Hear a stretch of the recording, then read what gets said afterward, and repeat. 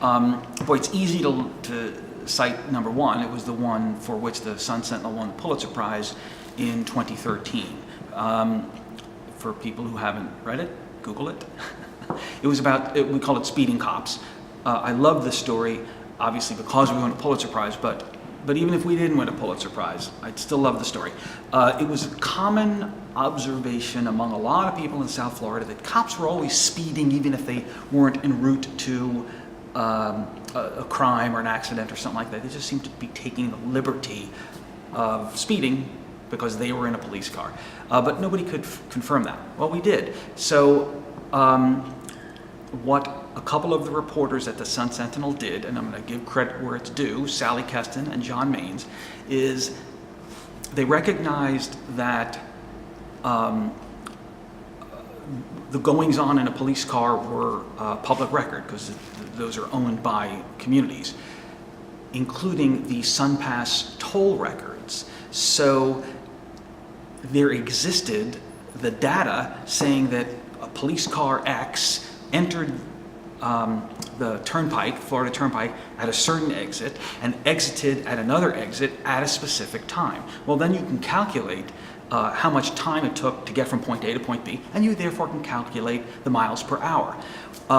So John Maines, being a database expert, built a database that extracted 2 million pieces of data from the SunPass records, and it demonstrated hundreds and hundreds and hundreds of examples of police cars or police personnel speeding on their way home. And we're not talking about driving 10 or 20 miles over the hour, over the limit. We decided if you're driving 90 miles an hour, we won't even include that because boys will be boys. We're talking cases of 110, 120 miles an hour in a 65 mile an hour zone. And hundreds of cases of this. And then we documented incidents in which there were accidents. And it was just a wonderful story because it was so precise and the methodology was so flawless and really kind of innovative. And it was based on 2 million pieces of data that you couldn't have done years ago without computer-assisted reporting. I love that story. And it changed things. We revisited the data 6 months later and we had found that 85% or so of these incidents had disappeared. So you know what? We did our jobs as journalists in making the community better and making the community safer. We won a Pulitzer Prize, but we didn't do it for that reason. But it was sure nice that we got one. I gotta say, I'm most proud of that story.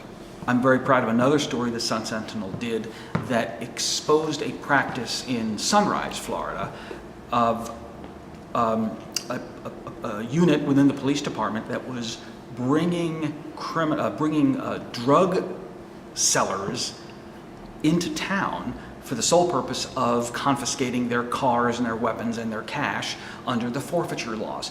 And it's one thing to have such laws and to confiscate the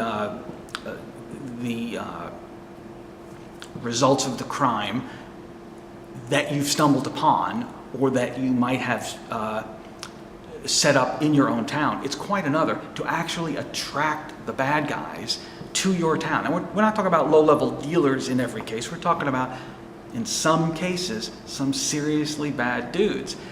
And undercover cops were making these deals in family restaurants, in suburban Sunrise.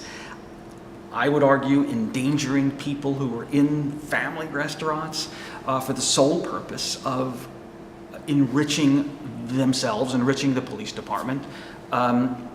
And we reported on this, and it stopped.